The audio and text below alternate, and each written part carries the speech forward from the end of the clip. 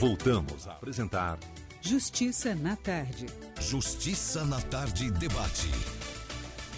Pois bem, são 15 horas agora no horário de Brasília. Muito obrigado a você sintonizado na 104,7 FM, como também nos acompanhando pelo canal da Rádio Justiça no YouTube.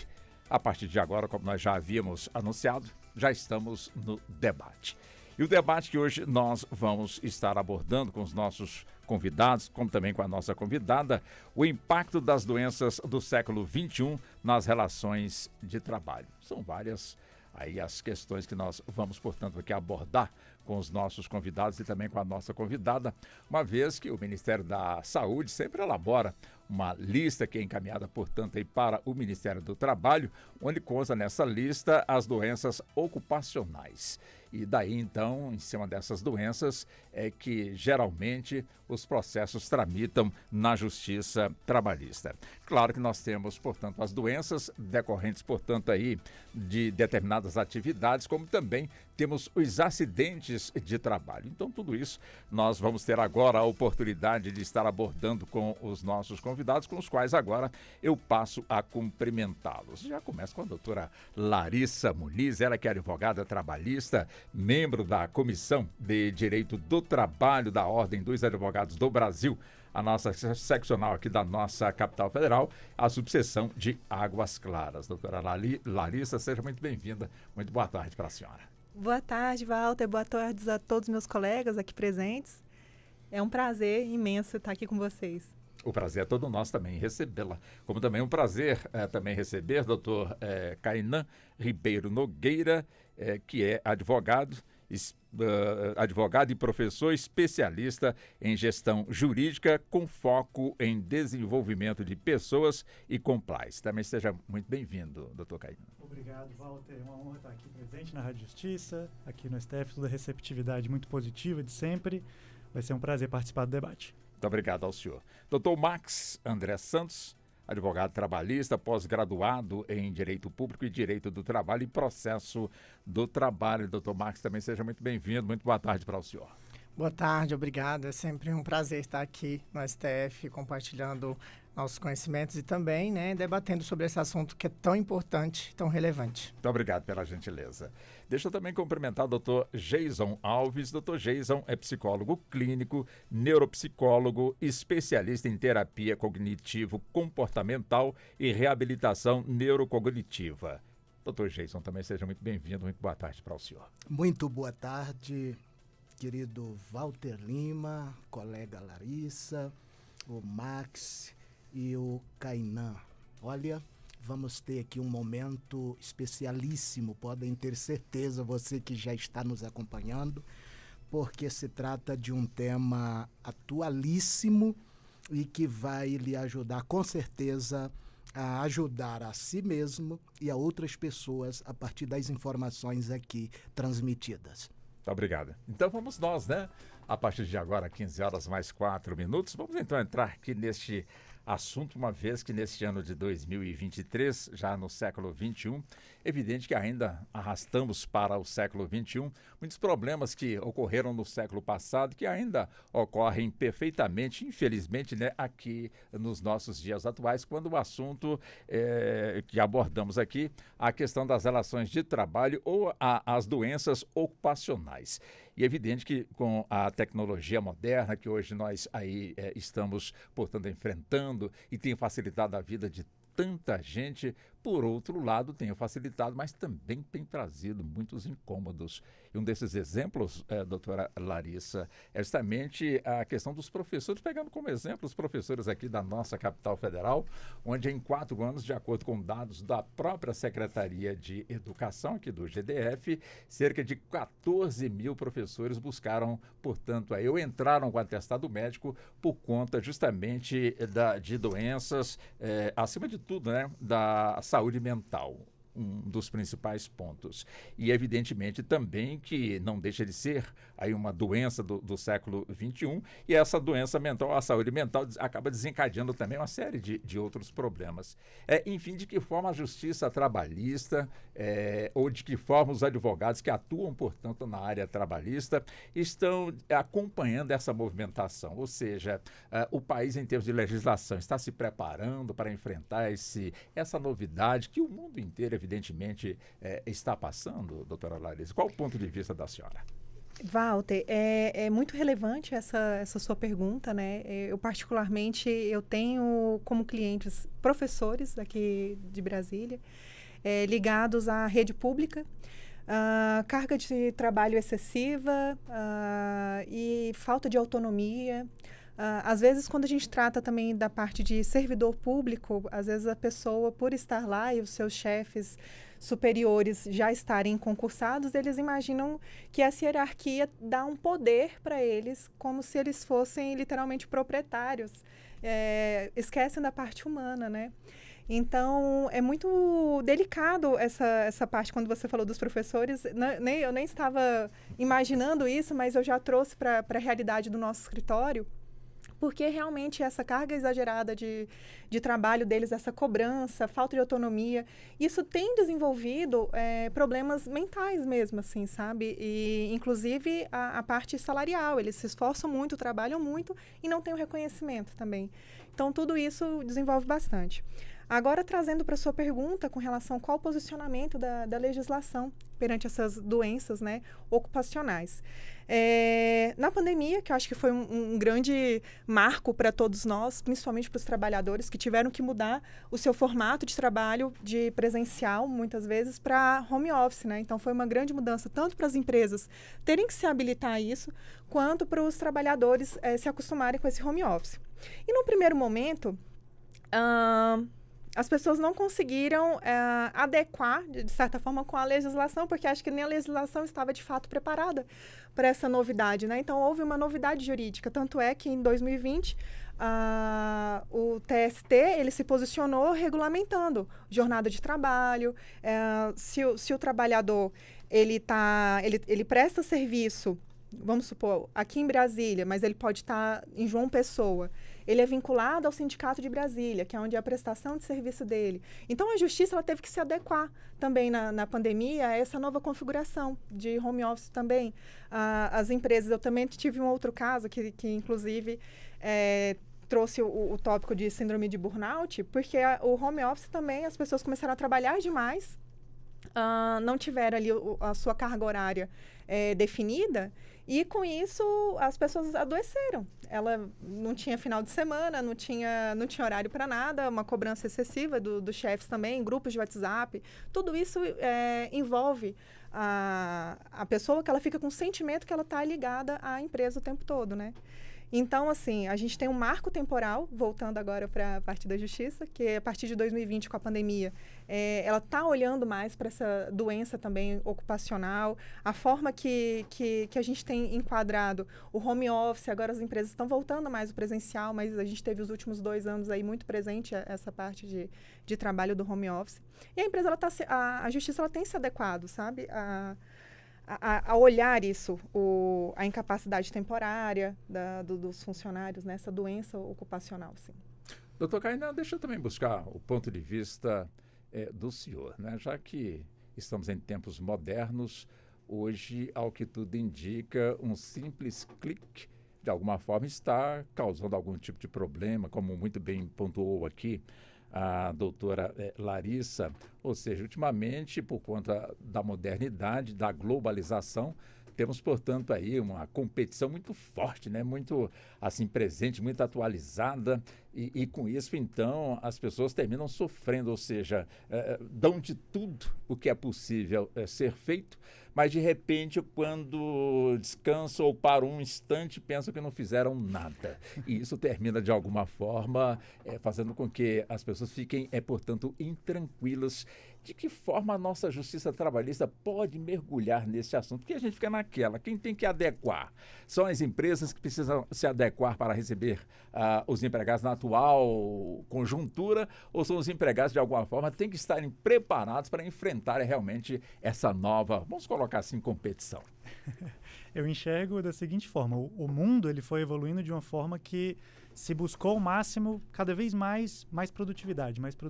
Desde a Revolução Industrial, só o que se busca é aumentar a produtividade. E, de fato, a gente atingiu isso em escala nunca antes vista atualmente. Talvez a pandemia tenha nos mostrado de uma forma um pouco mais acelerada como que essa evolução tem sido, porque todo mundo foi trabalhar, a maioria das pessoas, quem podia, foi trabalhar de casa e percebeu que a gente atingiu níveis de produtividade nunca antes vistos, através do recurso tecnológico para isso.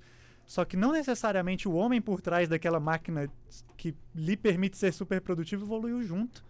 Ele não estava preparado para entender os limites do corpo dele, para entender até que ponto essa produtividade é saudável para que o ser humano continue sendo produtivo e de forma sustentável. E respondendo a sua pergunta, eu acredito que todos são envolvidos. Existe um papel do Poder Judiciário de uma forma geral. Não é minha especialidade a justiça do trabalho em si, mas com certeza a justiça do trabalho e os órgãos públicos todos têm um perfil de conscientizar as pessoas e de regular as relações entre empregado e empregador, mas também do empregador como um fiscal de quem está enxergando o empregado dele, como que ele está trabalhando, como que está a vida dele, como que ele está se portando para entender se tem algum problema, mas também uma autorresponsabilidade do empregado para entender os limites, conseguir identificar os pontos que não estão como deveriam estar, cuidar dessa máquina que é o nosso corpo humano para atingir melhores índices de produtividade, assim, de satisfação, como que está seu sono, como que está sua alimentação. Isso vem de um pouco da responsabilidade própria. Aí o chefe não pode se meter no que o funcionário faz no horário livre dele, mas cada pessoa, cada indivíduo tem que se preocupar com a sustentabilidade do seu próprio organismo e da sua mente, do descanso equilibrado com esse trabalho. Eu penso que nesse contexto todos temos funções e todos têm que contribuir para um desenvolvimento sustentável da produtividade.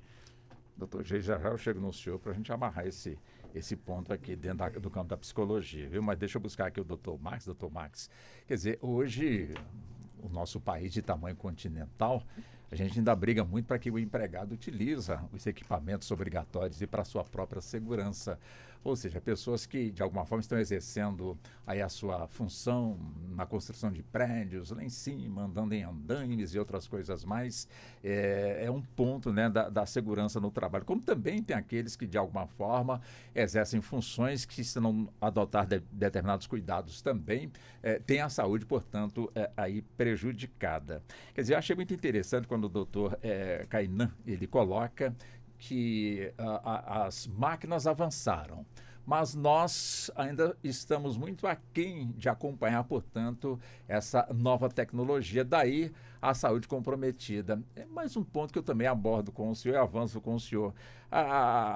Estamos atentos, quando eu digo nós, Congresso Nacional, que formula as legislações, Justiça Trabalhista, de alguma forma, também aplica, portanto, a essa legislação, como também a própria sociedade no geral, patrão, empregado. Como é que o senhor vê essa questão toda? Nós temos realmente que trabalhar, temos exemplos no mundo que possamos seguir para que possamos também não ficar muito atrás dessa discussão?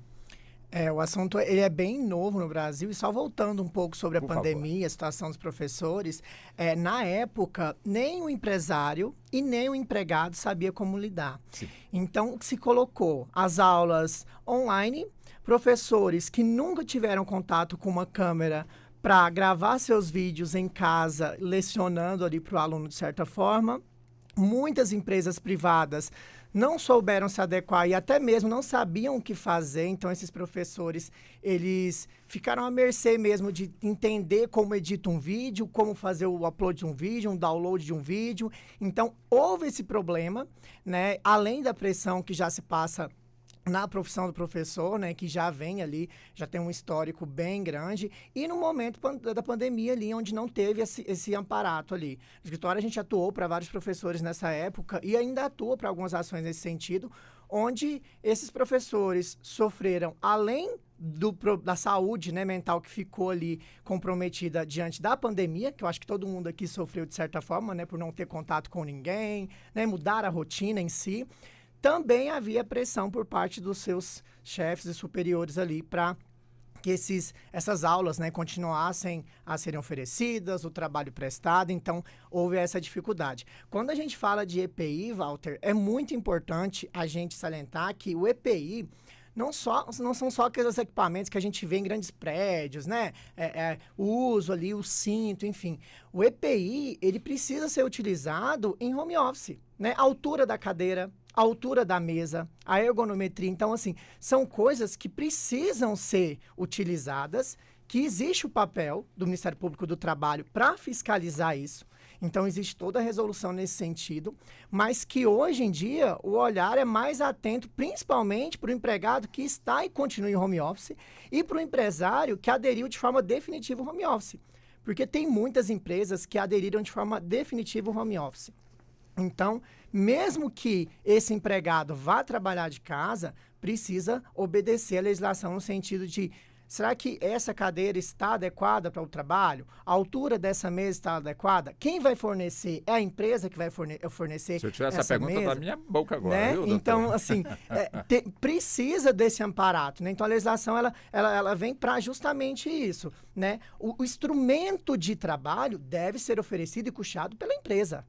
Em nenhuma hipótese, né, existe no sentido de que, não, agora você vai trabalhar em home office, então você precisa comprar um computador para você trabalhar em casa. Ou a cadeira. É uma cadeira, né, que atenda os requisitos do Ministério do Trabalho e Emprego, no sentido de que essa altura dessa mesa está correta, a altura dessa cadeira está certa, né? Então não pode haver essa exigência para o empregado, né? A exigência vem por parte do poder fiscalizatório ali, né? Que então o Ministério Público do Trabalho vem para fiscalizar. Se esse empregado estivesse trabalhando na empresa, quem iria conceder essa cadeira, a altura correta e a mesa? A empresa. Em casa, da mesma forma. Agora, no home office, o empregado, ele, de alguma forma, ele pode pedir uma fiscalização dentro da sua casa? Quer dizer, no caso, a fiscalização, ela tem esse poder de atender, portanto, a essa solicitação? Ou não, doutor Marcos? Sim. Eu entendo que sim, porque, embora esteja em casa, né, ali é a extensão do trabalho. A partir do momento que você senta naquela cadeira, até mesmo o controle de jornada, né? Então, hoje existe forma de controlar a jornada do empregado de casa, né? Com simples o login. Ele logou ali na máquina, ele já começou a trabalhar, já começa a computar a jornada de trabalho, né? Então, assim, existe esse poder de fiscalização e o Ministério Público pode exigir, né? Então, ele pode exigir a documentação daquela empresa, daquele empregado, a ficha do empregado. A ficha do empregado atende os requisitos com o GPI em casa? Tá tudo certo? Cadê a nota fiscal da cadeira? A cadeira atende aos requisitos dispostos pelo Ministério Público? Se sim, tudo certo. Se não, por isso que existe a aplicação de multas, né? No primeiro momento, a fiscalização chega, ela vai olhar, olha, tem que atender isso. Você tem um prazo de 60 dias para implantar aquilo que a gente pede. Não implantou, ela vai lá, fiscaliza de novo, não atendeu, aplicação de multa. Né? Então, tem todo o poder no Ministério Público do Trabalho para isso. Justamente para que esse empregado, né, ele não venha a sofrer não só a saúde, a gente está falando aqui de saúde mental, né, mas a saúde física, né, a coluna, né, a forma, né, e inclusive a recomendação onde esse empregado que não cumpre com o uso de equipamento individual, ele pode sofrer uma advertência por parte do empresário, né, uma suspensão por parte do empresário, podendo ainda levar à justa causa, que é a penalidade mais rigorosa, né, diríamos assim, na Justiça do Trabalho. Agora, doutor Jason, 3 contra 1, ou seja, colocamos aqui os nossos operadores do direito trazendo, portanto, essas pontuações, realmente muito interessante. Aí, claro, né? E vem justamente a pergunta, o que fazer diante da modernidade? Antigamente era comum uma pessoa que buscava um emprego e que ela dizia que não sabia fazer nada. então você vai para um canteiro de obras. Mas hoje, no canteiro de obras, a pessoa, para poder operar os equipamentos, tem que ter realmente um excelente conhecimento e também uma excelente formação para operar, portanto, as máquinas modernas que hoje estão nos canteiros de obras. Foi o tempo que usava carrinho, pegar tijolo na mão e outras coisas mais, fazer mal. Hoje está tudo modernizado. Quer dizer, este, portanto, aí é um ponto. Como também temos vários outros pontos aí em que se exige muito a competitividade, né? A competição. E daí muitas doenças. Quer dizer, no campo da psicologia, como a gente deve se preparar para não sofrer, porque muitos, né, buscam, portanto, o seu emprego, conseguem ou através de concurso público, ou através de títulos, aí chega lá. Mas, de repente, quando ele está, vê que lá na sua área de trabalho ele tem que ser melhor dos melhores, caso contrário, não fique, pode ser substituído. E isso, evidentemente, traz uma intranquilidade muito grande. Como equilibrar tudo isso no campo da psicologia, Dr. Geison? Ou seja, é uma pergunta de milhões? Essa sim é uma pergunta de uma vida e de uma existência significativa. Nós estamos vivendo, na atual conjuntura, o que o Byung-Chul Han, um grande especialista da área da filosofia, dos estudos sociais, o que ele chama de a sociedade do cansaço. A sociedade do cansaço. E ele linka isso com a percepção que ele tem de que nós já não estamos mais na sociedade da disciplina, onde você tem que chegar no horário, porque se você não chegar, o seu patrão, o seu gestor vai lhe cercear. É claro que essa é uma visão sistêmica, não é a visão do meu bairro, lá da padaria, onde tem o dono e o funcionário. É uma visão sistêmica, como que o contexto econômico está configurado. Então ele diz o seguinte: aquele tempo da sociedade controlada, da sociedade que utilizava o que ele diz que é um método de defesa e ataque, como se ele estivesse sendo exposto a um contexto de adoecimento, e assim como o corpo reage a uma bactéria, então ele teria que reagir para se proteger. Essa época, segundo esse grande pensador, terminou com a descoberta dos antibióticos. Então, a partir daí surge o que ele diz que é a sociedade do desempenho. Vale muito os ativos, vale muito aqueles que performar-se melhor e conseguir maiores produtividades, maior rendimento na entrega daquilo que está proposto.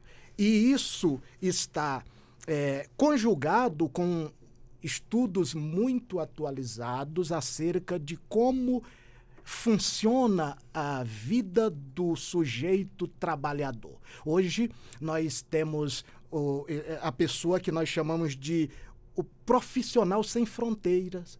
Profissional sem fronteiras, ele presta serviços, ele pode ser um prestador de serviço nessa empresa, até como também funcionário do Estado, mas ele tem as fronteiras do cerceamento removidas. Ele pode, de alguma forma, com exceção do servidor público, ele pode montar um negócio, 2 negócios, 3 negócios, ele está lá na sua casa, como disse o Dr. Max, e ao mesmo tempo em que ele está aqui servindo a essa empresa, ele pode estar coordenando sua filha, sua esposa, ou o contrário, na gestão de outros negócios. Então, é o profissional sem fronteira. Por quê?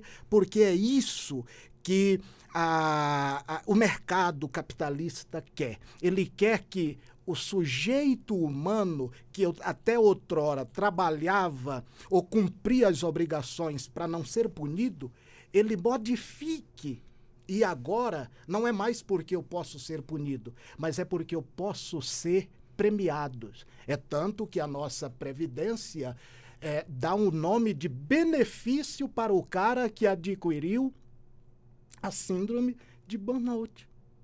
Consegue perceber que mesmo eu adoecendo, não importa, o que importa é que eu tenha direitos, é que eu tenha garantido, lá no meu momento em que eu estiver aos cacos, que eu vou chamar aqui de forma muito agressiva, um depósito, para que eu possa tomar água, me cuidar e etc. Então, essa é a sociedade. Então, logo, para se entender, para se explicar como proteger as pessoas a partir da psicologia, nós precisávamos, antes de qualquer coisa, fazer o que não foi feito anteriormente, onde a psicologia estava dentro das organizações apenas querendo treinar o cara para maior desempenho, para liderança, gestão de projetos, de pessoas. Então, agora vem uma psicologia mais humanizada, uma psicologia que sabe separar o que é sujeito do que é um profissional, um papel e etc. Então, acompanhando aqui esse raciocínio do Byung-Chul Han, eu diria o seguinte: o que a psicologia pode fazer com as suas muitas possibilidades seria levar esse sujeito humano ao que eu chamo de controle inibitório das pulsões, e aqui eu vou colocar entre aspas, as pulsões voltadas para o ter, o possuir, o atingir, o alcançar, porque senão ele vai, para concluir, viver a mesma experiência dos automóveis, das aeronaves na pane seca. Eu digo que a síndrome de burnout, por exemplo, é a pane seca da saúde mental. O sujeito ficou exaurido, ele ficou esvaziado. O problema não é que ele não dá conta de lidar com o ambiente, não é que ele não dá conta de entregar mais resultados. Se pressionar, ele dá conta. O que ele não dá conta agora, com essa pane seca neuroquímica do sistema nervoso, ele não dá conta agora de funcionar de forma ajustada. Ele não tem mais o controle atencional, ele está hiperativado, seu foco está sem controle, a sua capacidade de inibir as próprias reações emocionais já não funciona, ele chora fácil, ele se debilita, ele enraivece, ele ataca ou ele se rende. Então,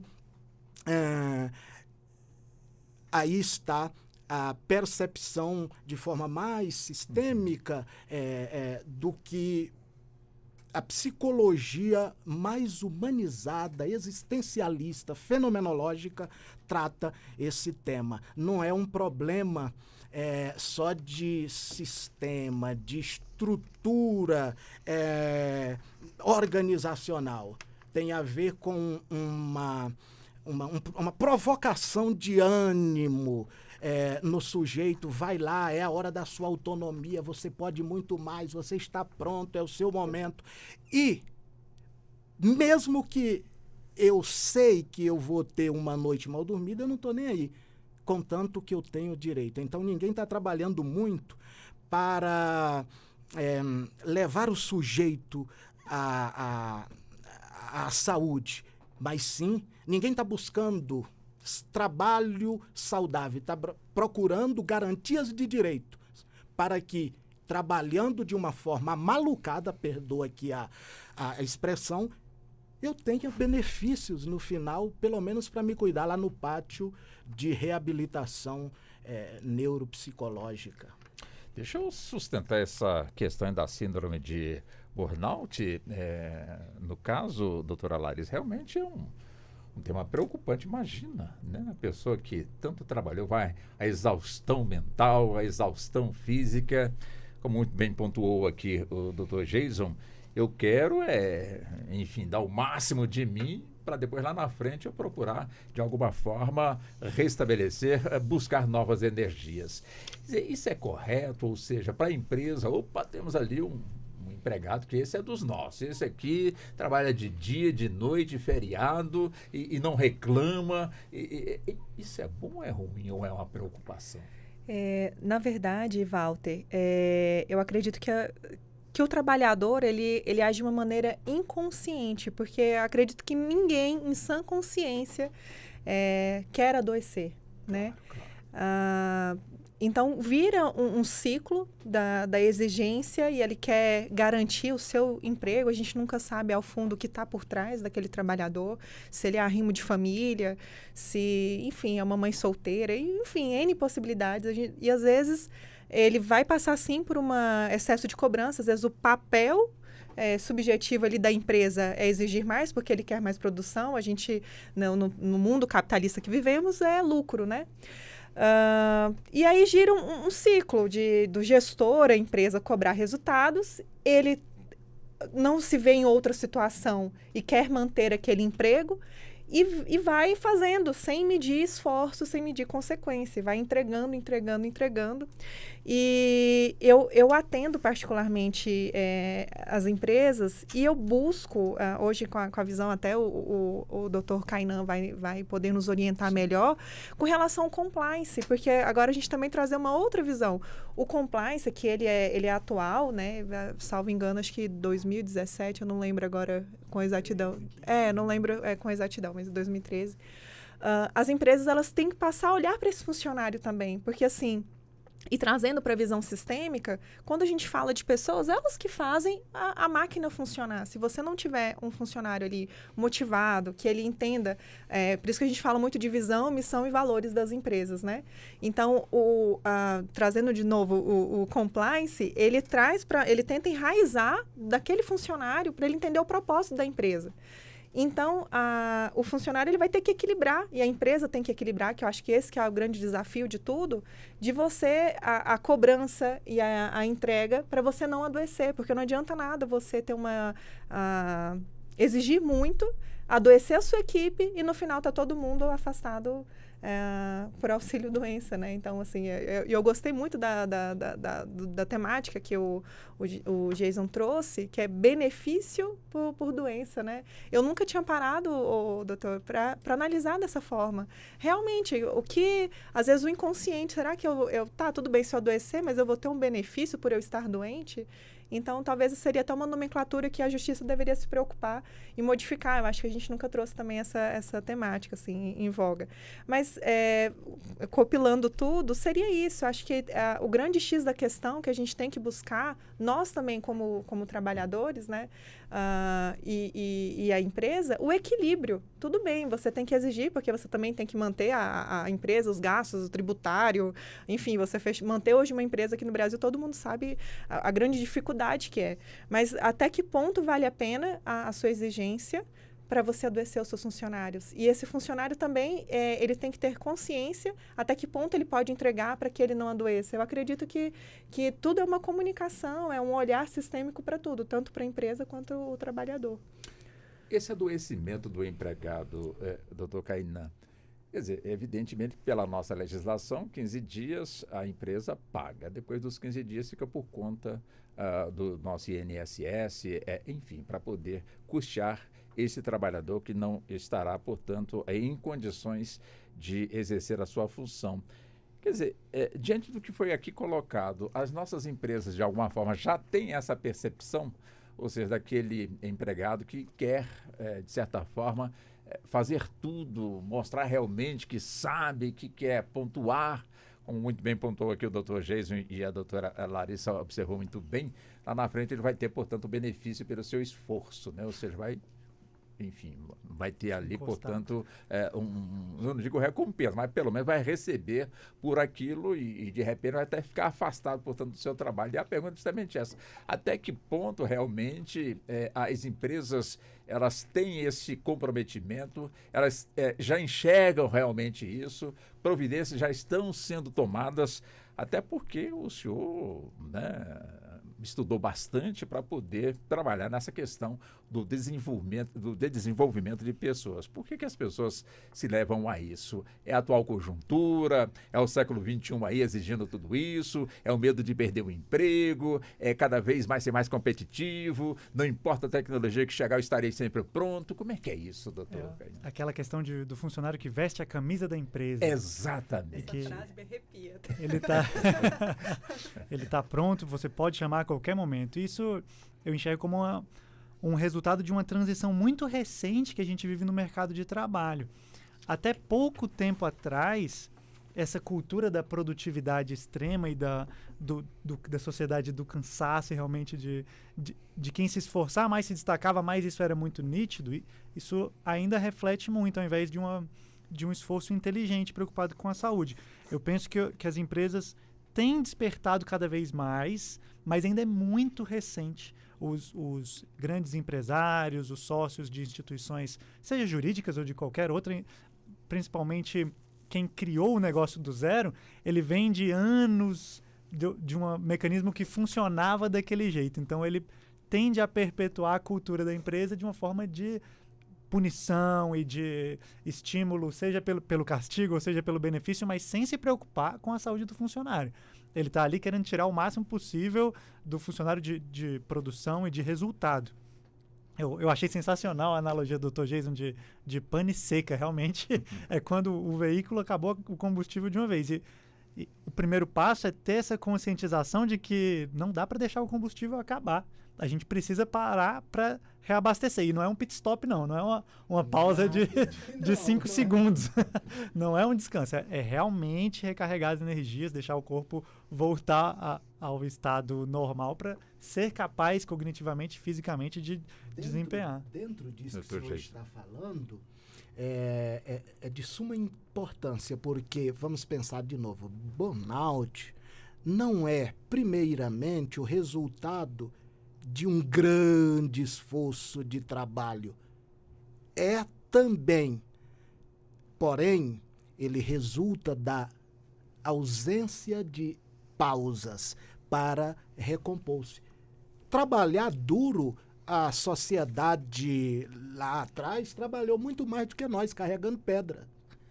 Porém, ela tinha tempo para pausas. Aquela pausa não vazia, mas realmente voltada para o descanso. Então, burnout não é, primeiramente, um excesso de atividade. É uma ausência de consciência para tempo de pausas, de recomposições, etc. Veja como é complexa essa situação, porque o próprio empregado ou a pessoa que é autônoma, por exemplo, ela tem que ter a consciência de que ela tem os limites.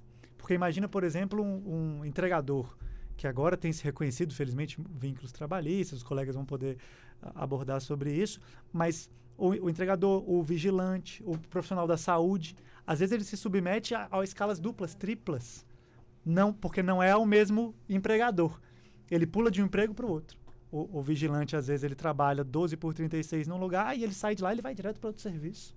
Ele não tem essa consciência de que, olha, eu preciso respeitar os limites e pausar realmente. Agora, do ponto de vista de organizações, de gestão jurídica das instituições e do compliance, eu vejo o que é o compliance? É a garantia de que as normas estão sendo cumpridas. Seja as normas de combate à corrupção, seja o código de conduta de ética da empresa. E é importantíssimo existirem normas para moldar comportamentos. Mas há um limite aí, porque a gente pode fazer a normativa da ergonomia da cadeira, como o Dr. Max disse, a gente pode fazer várias normas, mas quando chegar no ponto da liderança, como se normatiza a liderança? Como que um líder deve agir, um gestor deve agir com o seu funcionário para que ele possa conscientizar o trabalhador. E um segundo ponto, e aí é chave das organizações, investir em saúde mental.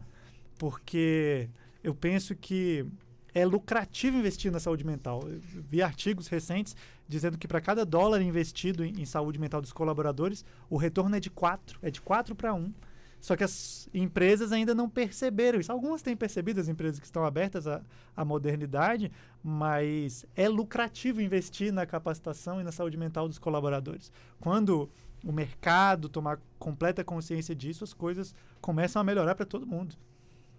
Tá, para melhorar para todo mundo, Tomás, o que as empresas precisam realmente desenvolver? Eu imagino que elas, tendo uma boa assessoria, têm todo esse conhecimento e, de certa forma, tendo boa intenção também, há de prevenir para não enfrentar esse tipo de problema. Justamente. Eu costumo falar para o cliente empresário que a matéria-prima, por assim dizer, né, mais importante de uma empresa são as pessoas. Sim. Né? Se ele não enxerga que a matéria-prima da organização dele é as pessoas, ele vai sofrer as consequências no bolso, costumo falar. Não é, em assim, de todos os sentidos, né? Quando a gente pega um empregado, um colaborador que tem a síndrome de burnout, que foi diagnosticado com isso, é perca para a empresa, né? A gente tem o benefício, o INSS, enfim, mas ele perde. Ele perde um colaborador. Aquele colaborador, ele não vai performar como antes. Ele não tem mais a capacidade mental de produzir como produzia antes. A que ponto chegou? Será que o empresário ele precisa esperar para chegar a esse momento?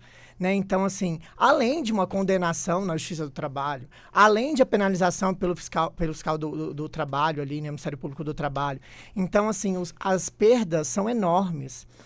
O empregado ele precisa entender que fazer entender que a gestão das pessoas ali, que um departamento, né, de recursos humanos, né, enfim, um bom líder de verdade, não chefe, né, mas sim o papel do líder, do bom gestor, é a que vai fazer diferença na empresa. Quando você tem um grupo de pessoas ali que estão na mesma sintonia, que enxergam a empresa na mesma sintonia, né? Então, isso é muito importante. Só voltando um pouquinho, né, quando a gente fala de esgotamento mental, né, que o empregado precisa esperar para, olha, eu estou fazendo demais, eu tenho que chegar à minha vida pessoal, existe um termo chamado, né, que estão se utilizando, no Brasil ainda não tem tanto conhecimento, mas é a demissão silenciosa, né? O que é demissão silenciosa? É fazer o mínimo possível para manter aquele emprego e cuidar da vida pessoal, ter tempo para a vida pessoal. Então, ele faz o mínimo possível para manter ali o emprego com as atividades que ele foi contratado. Ele exerce as atividades contratadas, mas não faz o a mais. Mas ele mantém o emprego, mas ele também está cuidando da sua vida pessoal, da sua saúde física, da sua saúde mental. Então, é um termo que vem se utilizando, né, principalmente essa nova geração, onde ela enxerga o trabalho de um formato, de uma forma totalmente diferente que os meus pais enxergaram.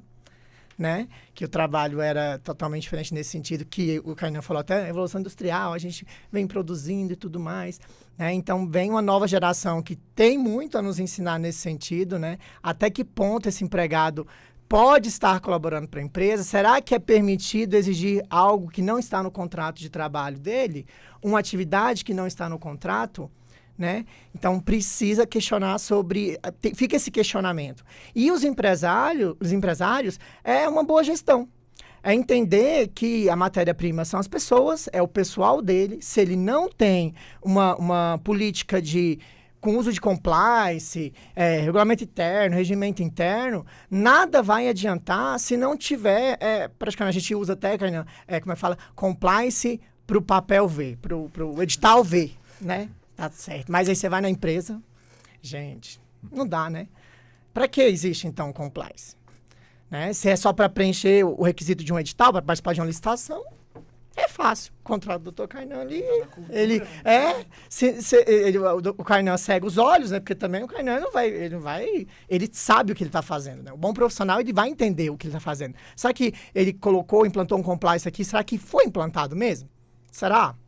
Né? O bom profissional, ele sabe se o compliance ali foi... Porque justamente há mecanismos, até mesmo da implantação, autonomia que aquela pessoa de fora vem contratado para implantar um compliance na empresa. Ele tem a total autonomia dos diretores. E o compliance, ele começa lá de cima. A pirâmide é lá em cima, é diretor, é chefe, né? E vem descendo. Né? Se não há a mudança de mentalidade do empresário, principalmente nos tempos atuais, onde a gente tem uso da tecnologia das redes sociais, onde se divulga, né? A gente vê grandes empresas multinacionais cometendo assédio, né? Divulgando ali, assim, fica fácil hoje, e assim, inclusive, a gente sabe que o assédio, né, doutora Larissa, muitas das vezes é velado, continua sendo velado, mas hoje a gente tem câmeras, hoje a gente tem um celular, hoje tem uma gravação, né, e aquilo ali cai na mídia. O consumidor também já vê aquilo ali, eu não vou consumir essa empresa, né? Aquela empresa ali, ela pratica trabalho infantil, trabalho escravo, aquela empresa teve aquele caso ali que saiu na mídia aí do assédio. E aí ele ainda sofre a represária do consumidor, ainda que ainda existe também. Além dos órgãos públicos, né, o poder de fiscalização que existe. E aí, doutor Geison, quer dizer, temos, portanto, aí essa situação que o senhor muito bem pontuou, e os demais convidados, de certa forma, também pontuaram muito bem. Aí fica sempre aquela dúvida, né? Pois bem, eu vou entrar no mercado de trabalho. Eu serei um daqueles que vou realmente abraçar tudo e mostrar realmente que eu quero trabalhar, que eu sei trabalhar, que eu vou produzir? Ou eu chego consciente de que eu não posso fazer isso, não vai comprometer a minha saúde? Mas, por outro lado, eu posso correr o risco de ser taxado de preguiçoso, que não vestiu a camisa da empresa. A empresa consegue enxergar isso? Essa diferença?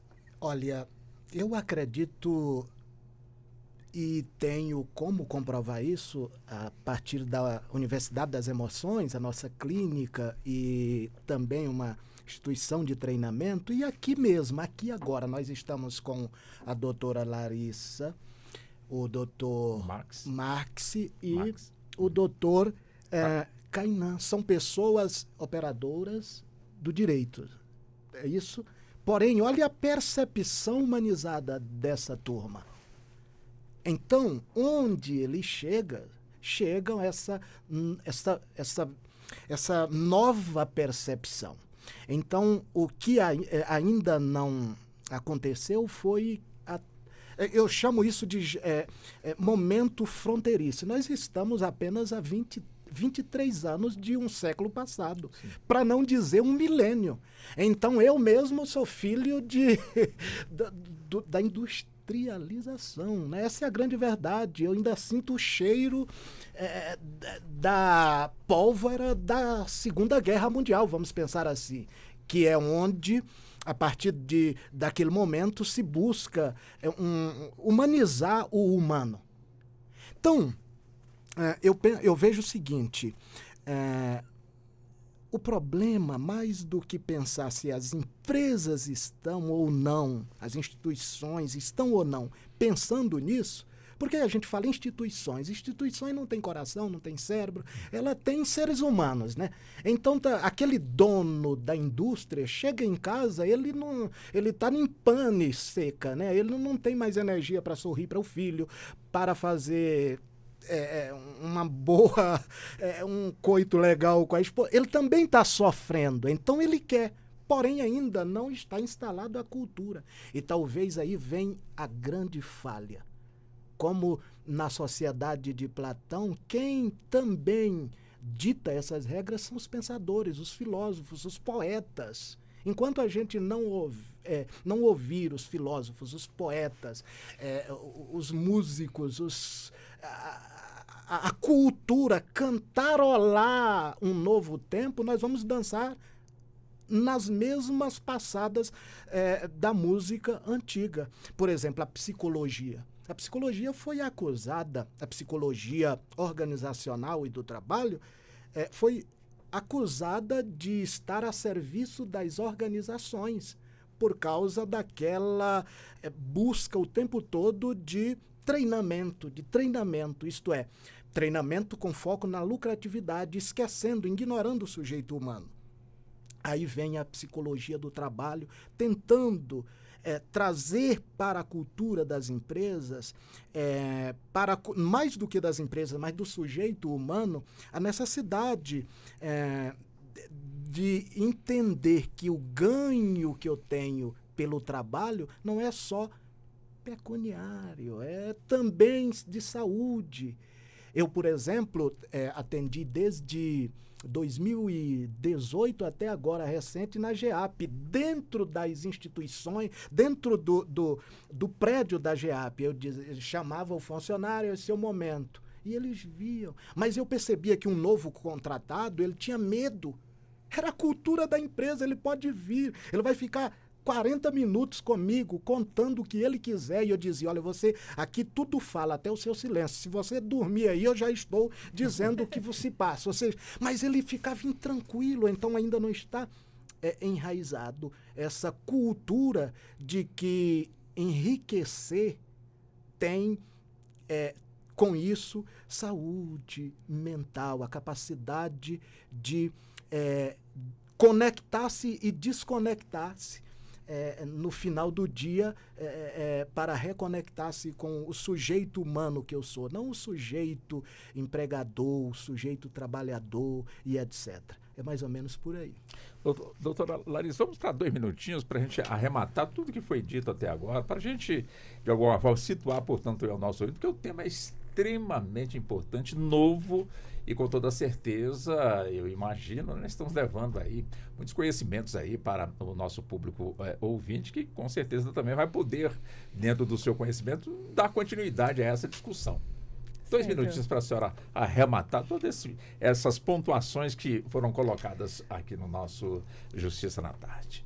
Então, é muito relevante, né, a visão tanto psicológica quanto jurídica que nós estamos trazendo, essa gestão de pessoas, né? E o X da questão que nós estamos chegando aqui é tentar buscar o equilíbrio entre a empresa, o excesso de cobrança, até que ponto ele pode cobrar, e em contrapartida, até que ponto esse empregador também pode oferecer a sua mão de obra, sem que isso prejudique a sua saúde mental. Então, trouxemos aqui também com relação ao que as empresas podem tomar como ação, seja o exemplo do Dr. Jason, em que ele falou que trabalhava na GEAP e que ele era contratado para ouvir os funcionários. Isso muito me alegra. Inclusive, é uma atitude de compliance que as empresas têm que adotar, que é essa humanização. Às vezes, o funcionário ele só quer ser ouvido e sem retaliação. Então, muito interessante você falar para o funcionário que às vezes ele chega novo realmente em casa, né, no trabalho, e não está acostumado com essa cultura. Antes de ser advogada, eu trabalhei quase 9 anos em uma empresa e eu passei dessa gestão familiar para uma empresa limitada, né? E ela implementou várias ações nesse sentido também. Contrataram primeiro, acho que era um personal trainer, que a gente fazia ergonometria. Não tivemos um psicólogo à época e isso era antes da pandemia, então eu já achava isso muito interessante. Então eu acredito que hoje eu trago para a advocacia esse olhar humanizado, como você bem pontuou, porque eu também estive lá na ponta. Então eu também sei esse olhar como empregador, eu sei o olhar como empresa, porque também teve essa desmistificação de você deixar de olhar como uma empresa familiar, que você realmente doa tudo, você doa o seu tempo. Eu imagino que para os donos foi bem complexo isso, e aí você passa a gestão para uma outra pessoa que vem com uma ideia mais profissional e ela começa a mudar toda aquela gestão. Então, acho que, resumindo, é esse olhar humanizado, que a empresa precisa adotar medidas humanizadas e que o funcionário também ele precisa olhar até que ponto vale a pena ele vestir a camisa e talvez adoecer. Eu sei que é difícil, às vezes, você controlar esse tempo, mas acredito que seria isso, Walter. Tá certo. Doutor Kainan, vamos também ir para uns 2 minutinhos só para a gente... Depois nós vamos ter mais 1 hora pela frente, para a gente arrematar essa primeira hora. Eu adorei as participações, foi muito interessante até então a contribuição de todos, ramos diferentes, de experiências diferentes, é muito interessante.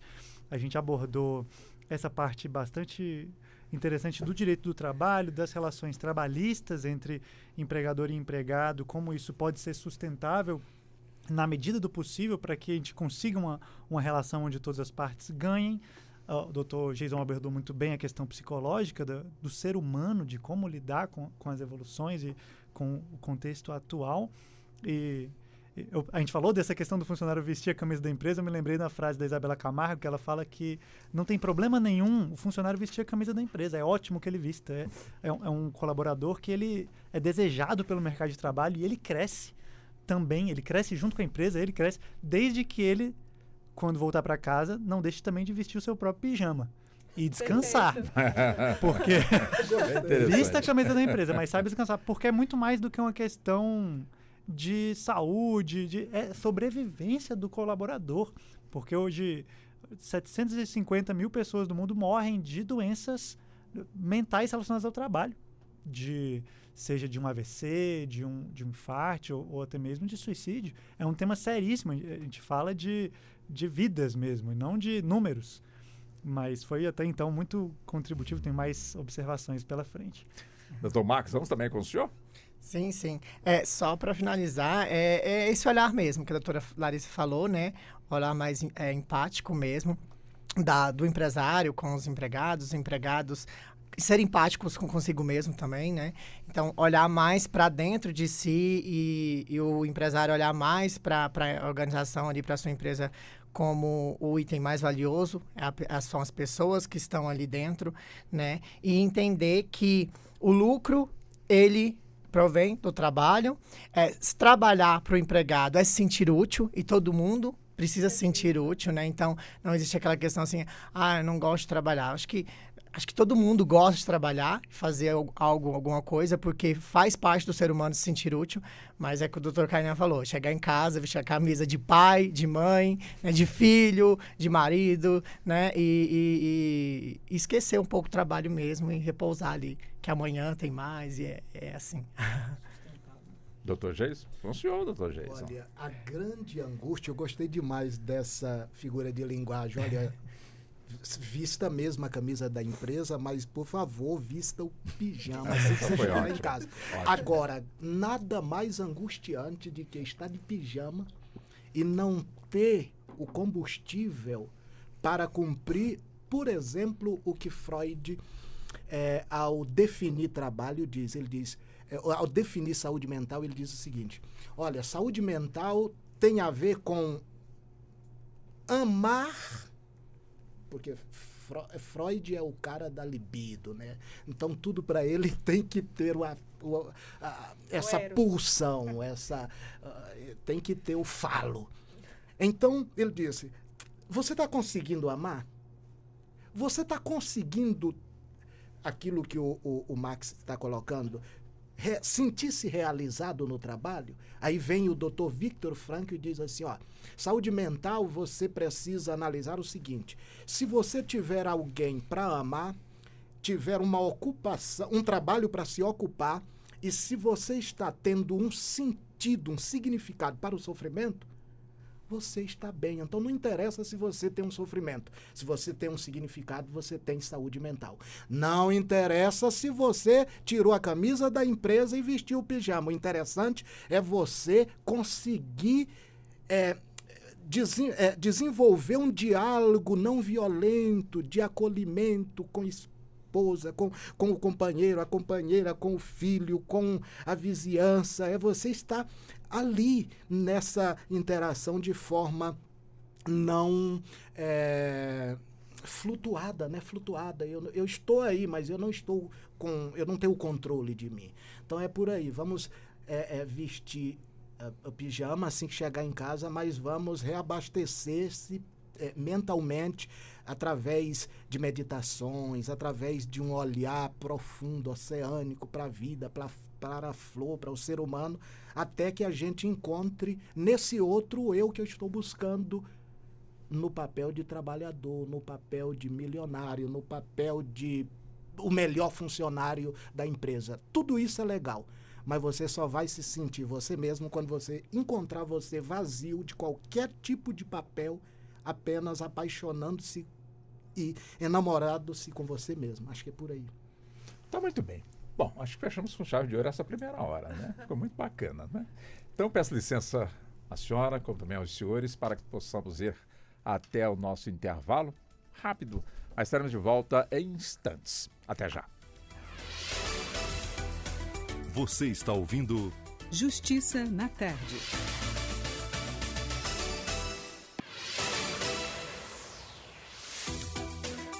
Voltamos a apresentar Justiça na Tarde. Justiça na Tarde Debate.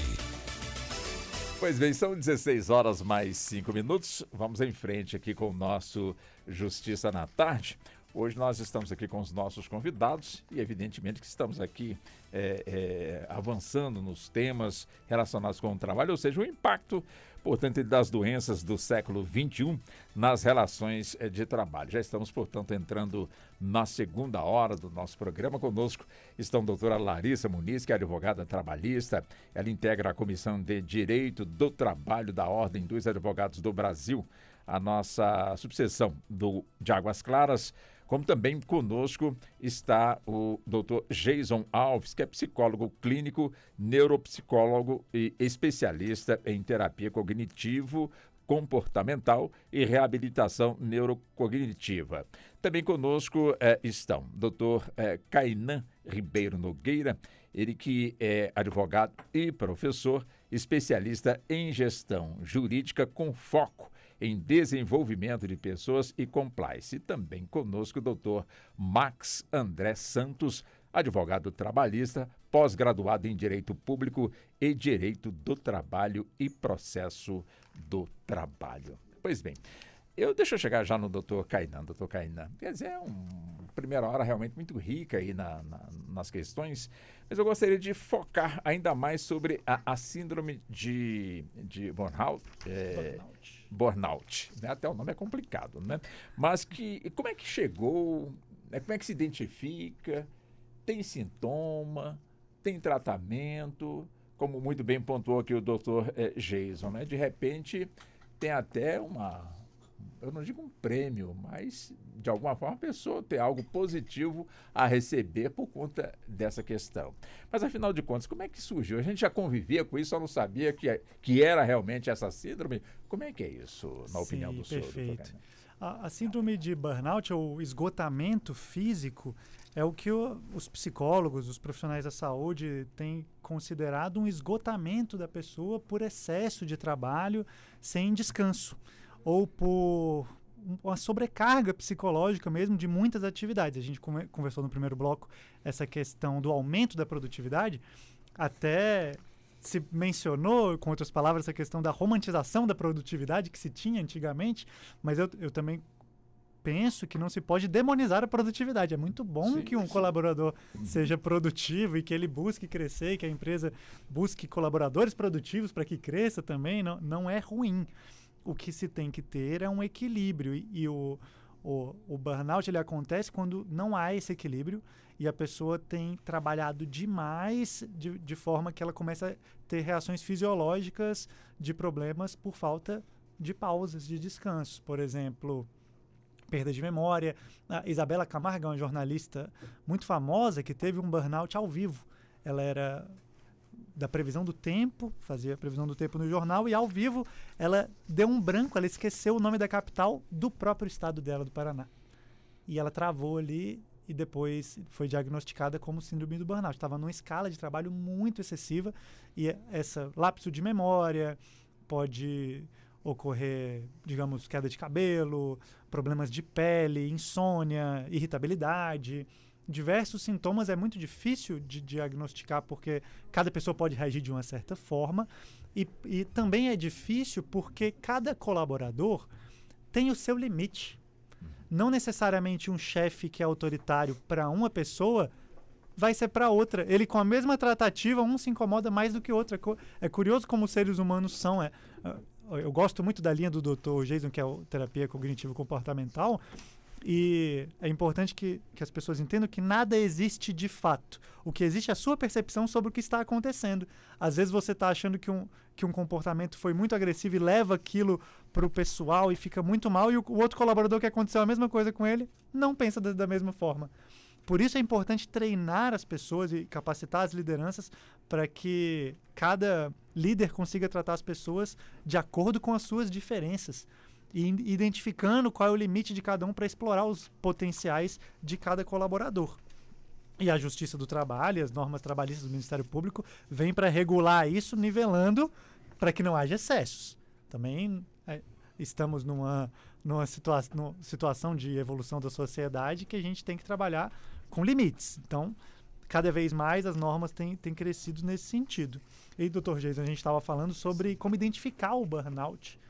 Eu dei a minha colaboração aqui como um entusiasta da questão, mas, por favor, se o senhor puder complementar como um especialista da área... Ele vai ficar por último, viu? Deixa também ouvir aqui, depois ele arremata tudo. Bom, doutor Kainan. Inclusive o doutor Max também, né? Ou seja, é importante que as empresas elas procurem também entender...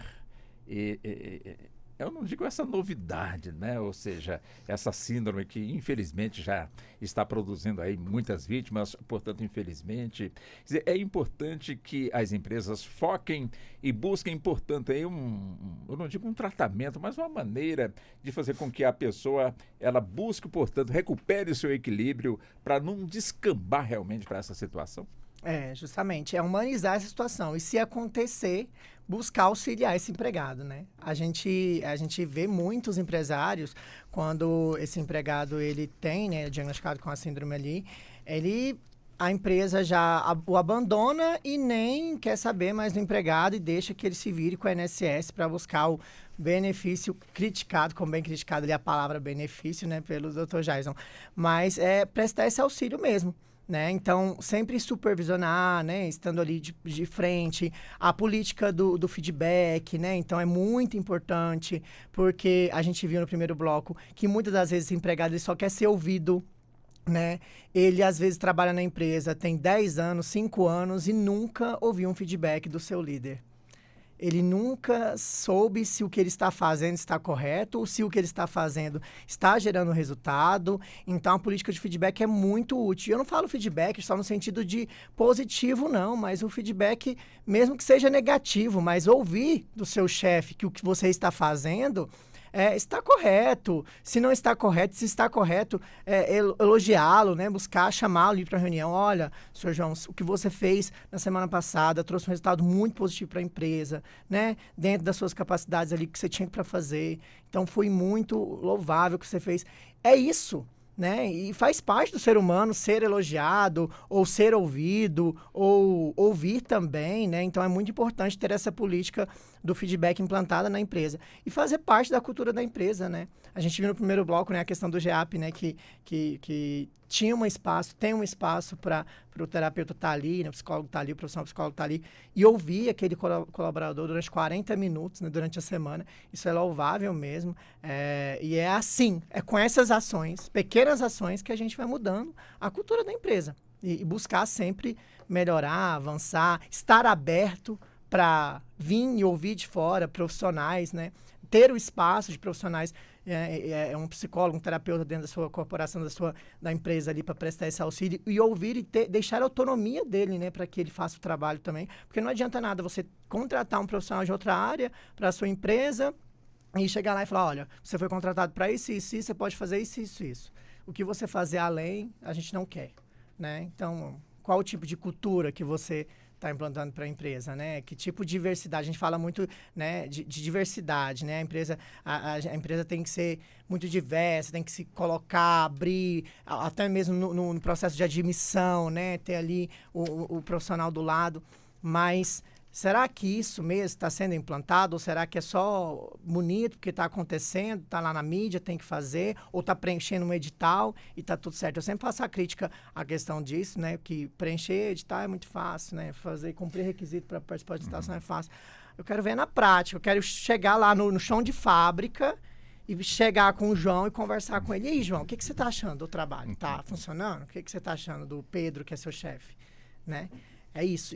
E ele não ter medo de falar, de se abrir e falar, não, doutor, tá certo ou não tá certo, aconteceu isso. Né? E a gente vê muito medo, receio, né, de chegar no João, e o João, não, tá tudo certo, tá maravilhoso, né? O que tá maravilhoso demais, não tem nenhum defeito, Pedro, tá sensacional, né? Não aconteceu nada que te constrangiu, que você ficou meio chateado, né? Você tem essa abertura com o seu chefe para falar com ele também, para dar um feedback no seu chefe? Né? Porque às vezes a gente implanta determinadas coisas, determinados procedimentos na corporação, na empresa, e que para o chefe tá lindo, ele desenha ali. Mas a sua equipe, você já perguntou para ela que o que você implantou na semana passada tá certo? Deu certo? Eles conseguiram colocar isso na rotina de trabalho e tá funcionando super bem? Porque para você tá lindo, né? Você fez o papel, você tá achando que tá tudo certo. E a sua equipe, você ouviu ela depois que você implantou? Você consultou com ela se deu certo, se para ela melhorou a qualidade do trabalho, né? Então, isso é essencial. Ter essa troca é importante. Doutora Larissa, o tema realmente é extremamente importante, né? Pelo qual nós estamos aqui abordando. E é evidente que quando aqui foi dito que a boa parte das empresas com seus empregados, se não tiver o devido cuidado, a empresa fica doente, através, portanto, dos seus empregados. E hoje é uma realidade, estamos falando aqui da síndrome de burnout, mas também nós temos a depressão, nós temos também a ansiedade, nós temos também a síndrome do pânico e chegamos, portanto, a um ponto em que o empregado ele fica tão tocado, tão assim atento à situação, que se ele não levar ou se ele não receber, colocar assim, que é melhor, um sorriso do chefe, porque o chefe deu um sorriso para aquele empregado, seu colega de trabalho lá na frente, mas não sorriu para ele. Uai, por que sorriu para ele, não sorriu para mim? Deu um tapinha nas costas daquele ali e não deu um tapinha nas minhas costas. E a coisa fica mais grave ainda se o chefe chamar algum dos empregados para vamos almoçar juntos e não chama, portanto, o outro. Esse tipo de relacionamento, de alguma forma, ele tem que ser equilibrado, o chefe tem que ter a devida sensibilidade para poder, de alguma maneira, saber, como foi dito aqui, né? Ele não é chefe, tem que ser líder. Ou seja, e qual é essa diferença do líder para o chefe, do chefe também para o líder, para ter essa sensibilidade, doutora Larissa?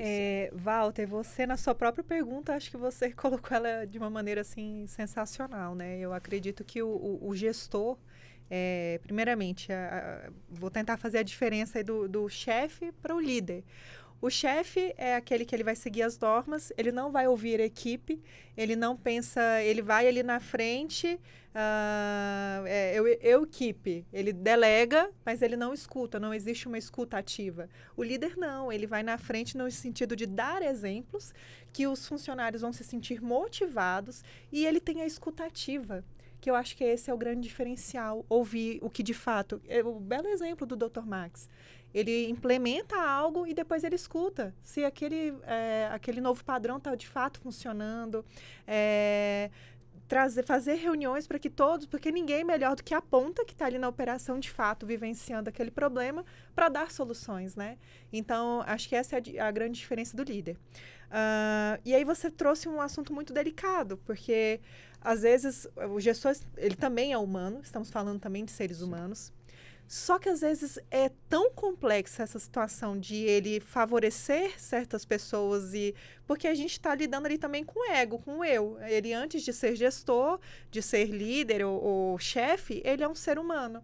E às vezes, quando ele não tem essa inteligência emocional de deixar o seu ego e saber que ali ele está num papel profissional, ele acaba adoecendo a equipe dele. Então, ele vai, às vezes, beneficiar alguém ou tratar de uma maneira diferenciada. E aquela pessoa que ele vai isolar e que ele vai tratar de uma maneira não igualitária aos outros, ele vai adoecer. E isso é muito sério. Então, assim, tem uma complexidade. Por isso que a gente fala o quão é importante uma empresa ter o RH, um RH que funciona, né? Porque, assim, é o papel também do RH olhar esse gestor, esse líder. Porque, assim, acaba que a empresa, a gente está falando de um ambiente, se fala ambiente de trabalho, de relacionamento de trabalho. Então, existem pessoas que também, outras equipes, que têm que olhar esse gestor e falar, olha, o seu comportamento não está bacana. Já verifiquei várias vezes. Por que com esse funcionário é diferenciado? E chamar, de repente, os dois para o feedback e entender. Porque é o que eu sempre falo, a conversa, o diálogo é sempre o melhor caminho. De qualquer relação, seja relação de trabalho, de amizade, enfim. É você ter a escutativa, entender por que aquele gestor está tratando aquele funcionário daquela forma e o funcionário como ele está se sentindo. E tentar solucionar, falar, olha, aqui você é um profissional. A partir do momento que você entra por aquela porta e você é o líder, você está assumindo o papel e a referência da empresa. E aproveitando aqui o gancho da fala do Dr. Max, eu sempre gosto de ouvir o seu João, que está lá no chão da empresa, na ponta, porque ele é a melhor propaganda da empresa. Para você saber, de fato, como a empresa está funcionando, quais são a missão, a visão e os valores da empresa, é você ouvir o funcionário da ponta, como ele é bem tratado. O chão de fábrica. O chão de fábrica. Eu falo o que serve o cafezinho, o da limpeza, o que às vezes as pessoas não estão olhando. Porque, assim, se os donos... Porque ele faz parte do complexo, do todo eu empresa. Se ele se sente pertencente, ele tem que se sentir pertencente à empresa. Como que é, de fato? Ele tem sido ouvido também? Ele está, né, como que está sendo a tratativa, os funcionários? Porque tudo é como se fosse um grande órgão, é um grande sistema, né? E tudo tem que funcionar de uma maneira organizada e saudável para todo mundo, né? E aí, doutor Geison, eu ia fazer uma pergunta para o senhor, tipo assim, quem tem assim, de certa forma, eu não digo condições, mas que tenha a sensibilidade de perceber tudo isso que nós estamos abordando na condição de chefe, o homem ou a mulher? Olha, vamos partir da ideia de que o gerenciamento do eu, do outro, da equipe ou de um projeto, ele pode ser feito pelo gênero masculino, feminino. O que vai importar é o humano nisso, né? Então, eu ouvi parte da fala aqui do Kainan, doutor André... Doutor Max. Doutor Max e a doutora Larissa. E percebe-se que o ser humano continuou aí vivo. Então, nós temos o humano na gestão e o humano que é o colaborador. Nós tem um artigo, inclusive, bem famoso, que trata do gestor GND, gestor narcisista destrutivo. O que é isso, doutor? O gestor narcisista destrutivo é aquele que utiliza do lugar de fala, do lugar de liderança, de comando, para se autoprojetar em cima, por exemplo, do crescimento da empresa, do projeto realizado pela equipe. Então, como foi bem aqui colocado pelos colegas, ele não compartilha o sucesso do projeto com a equipe. Ao contrário, sempre que ele se dirige à equipe é para apontar alguma falha, é para dizer que se tivessem ouvido que colocar para baixo. Tinha dito. Eu não sei se é colocar para baixo, porque a intenção dele é tão inconsciente, ou tão não perceptiva, de que ele não tem uma intenção de destruir. Porque, olha a palavrinha aí, narcisista. O narcisista, ele não tem percepção de que está ofendendo. Ele só está funcionando. Talvez ele tenha um problema de autoimagem, de autoestima, de autoconceito. Ele traz isso da história de vida dele. E quando ele assume um lugar de fala, um lugar de liderança, ele não consegue se livrar dessa criança ferida, dessa criança ofendida. Então, ele vai utilizar aquele lugar para se validar. Então, ele não compartilha com os demais os ganhos e etc. Então, é o gestor narcisista destrutivo. Agora, uma pena, porque ele não destrói só o outro. Na verdade, ele é quem é destruído nisso, porque ele consegue mandar 5 pessoas embora hoje, no mês que vem, mas no ano que vem ele vai ser cerceado. Alguma coisa vai despertar no comando, na gestão daquela organização de que tem alguma coisa errada. É isso que acontece com o transtorno do gerenciamento, da liderança. E no caso, então, como resgatando ainda a ideia da síndrome de burnout.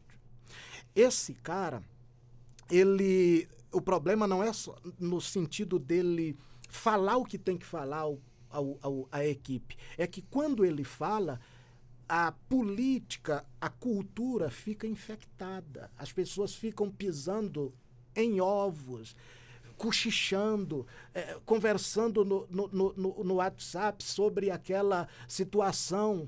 E isso, para que eu converse com o colega sobre um tema difícil, estressor, eu preciso gastar energia. Gastando energia, em função do trabalho pelo grupo de WhatsApp, eu vou esgotando.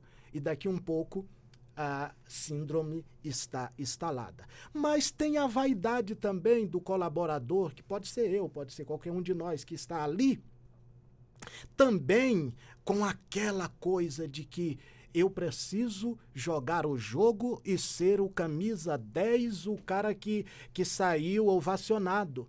Então esse cara, ele vai fazer de tudo. Ele continua acordado quando todos estão dormindo. Ele continua andando quando todos pararam. Não coloca o pijama. Ele coloca, e a angústia não é porque não coloca, é porque coloca. A pior coisa do mundo é você se preparar para viver uma experiência emocional prazerosa e não conseguir experimentar isso. É daí que vem a autodecepção. O que está me acontecendo? O que está me acontecendo? Aí vem as crises e etc. Ele, enquanto as pessoas estão dançando, estão festejando, ele está ali ocupado. Não é porque ele quer, é porque assim que a gente sai do útero da mãe, a gente cai no útero social. E aqui recebe um treino. Inclusive, nossa geração corre mais risco desse adoecimento do que a outra geração. Por quê? Que vivia a gritos. Porque a gente está falando aqui, a gente sabe que o mercado de trabalho mais tradicional, ele tem lá a ideia da seleção, ele vê lá o seu perfil, mas aqui, na verdade, nós estamos caminhando para uma sociedade em que você não vai ser selecionado pela empresa, você vai ser selecionado por essa motivação que você tem de despontar como o melhor. Então, se você vê, as empresas não querem perder os seus... Eles valem muito, mas eles não valem muito porque o outro não vale. É porque ele conseguiu ocupar um lugar tão de destaque, tão de uma visibilidade tão grande no cenário nacional e até internacional, que está associado àquele nome já é um ganho. Então não é só o que eu faço, é o renome que eu conquistei pelo que eu faço. E isso está associado à minha vaidade, essa vaidade de querer realmente ganhar todos os jogos, de levar todos os troféus, ou seja, aí acho que foi Gandhi que disse, poxa vida, você está gastando toda a sua vida para ganhar todo o dinheiro, daqui um pouco você vai gastar todo o seu dinheiro para fazer o seu velório. Essa é a grande verdade. Então, a gente precisa de psicoterapeutizar nossas motivações. Então, o sujeito, tanto o GND lá, que está na gestão, como esse sujeito humano que saiu lá do Tocantins, que é o meu caso, veio para Goiânia bem jovenzinho. E eu queria, quando eu chegava na empresa, antes mesmo de todo mundo, aquela coisa toda. O que eu ganhei com isso? Uma experiência para estar falando aqui, mas não rendeu dinheiro. Foi o que eu imaginei. Doutor Kainan, realmente muito rica aqui, portanto, é a questão. Agora, interessante, estamos falando do empregado, estamos falando do gerente, chão de fábrica, no caso do coordenador ali, do gerente. Quer dizer, mas e quem está acima do gerente? Quer dizer, percebe realmente o que está acontecendo? Lhe interessa saber o que está acontecendo dentro da sua empresa, ou para ele o empregado é o número, como é que está aí o número 425? Não, tá bom, chega sempre bem, ele não preocupa se a família está com problema, não preocupa com a saúde, enfim, o importante é que está pagando em dias e acabou. Quer dizer, é possível essa interação, evidentemente não estamos aqui generalizando, com certeza tem empresas que têm uma grande preocupação na parte de cima, o comando com o chão de fábrica, tem inclusive uma ligação. Mas é a maioria? Perfeito, Walter. Não é a maioria. Na minha visão, a liderança é talvez a habilidade interpessoal mais difícil de se adquirir, de se trabalhar. Talvez o maior número dos líderes que a gente tem hoje em dia das empresas sejam pessoas que foram forjadas num campo de batalha, que cresceram com muito esforço até o cargo de liderança, fundaram sua empresa, hoje estão ali, mas não tiveram capacitação nenhuma para lidar com outros seres humanos. Dentro de estruturas organizadas, é muito comum a percepção de um vendedor muito bom, e aí você vai lá e promove ele a um líder de equipe. Aí você perde o seu melhor vendedor e ganha um péssimo líder, porque ele não tem o perfil de liderança e você perdeu aquele vendedor. Os advogados, a mesma coisa. Você tem um excelente advogado, você promove ele a líder de uma equipe. Perdeu o advogado e ele não foi treinado para ser um bom líder. As habilidades comportamentais e a inteligência interpessoal, ela precisa ser adquirida por quem quer adquirir. A pessoa tem que correr atrás de querer realmente desenvolver essa habilidade. O Max falou muito bem aqui de feedback. Feedback falta demais nas corporações, tanto públicas quanto privadas. O setor público falta muito essa cultura de diálogo dentro das equipes. E aí eu deixo um adendo muito importante. O feedback de melhoria, que é muito importante ser passado, ele precisa ser passado de forma reservada. Eu vejo muitos líderes passando feedbacks como críticas, no meio da equipe inteira. Isso, talvez configure até uma assédio moral, né, doutora? Mas o de melhoria pode sim ser dado comedidamente na frente de outras pessoas, e o positivo pode ser dado na frente de outras pessoas, dependendo do caso, mas o negativo sempre de forma reservada. E o líder excelente, que está nessa categoria de que vai junto e é melhor do que um chefe, ele precisa ser capacitado, precisa treinar sua comunicação, treinar sua oratória, sua inteligência emocional, para que ele possa desempenhar esse papel da melhor forma possível e levar a empresa a crescer sustentavelmente, porque reter talentos talvez é o maior desafio do líder.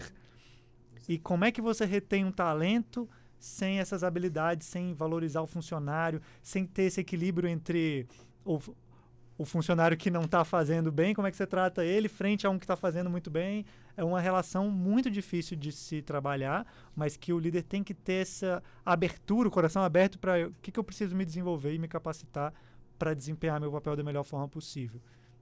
Interessante, né, doutor Max? Acho que foi esse ano, acho que foi no sul do país, se não estiver aqui equivocado, um trabalhador de uma fábrica foi fazer uma festa de aniversário do filho e comprou refrigerantes.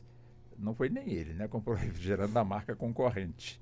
E claro, e postou na rede social a festa do filho com refrigerante da marca concorrente. E que chegou ao conhecimento do dono da empresa que ele estava trabalhando e acabou sendo demitido.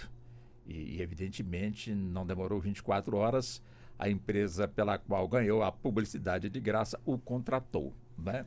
Daí a pergunta justamente sobre essa sensibilidade de quem está, portanto, no comando acima, conhecer de fato ali o chão de fábrica, interagir também com... Não que estejamos aqui ensinando a ninguém, muito pelo contrário, estamos aqui só provocando para a gente poder aprofundar mais ainda nessas questões, que de repente essas questões passam batido, mas é importante a gente, de alguma forma, explorar aí essas questões, né, doutor Max? E fica o questionamento, né? Até onde vai, né, o limite da relação entre empregado e empregador, né? A vida privada do empregado, né? Até onde? Será que a empresa ela poderia ter feito isso?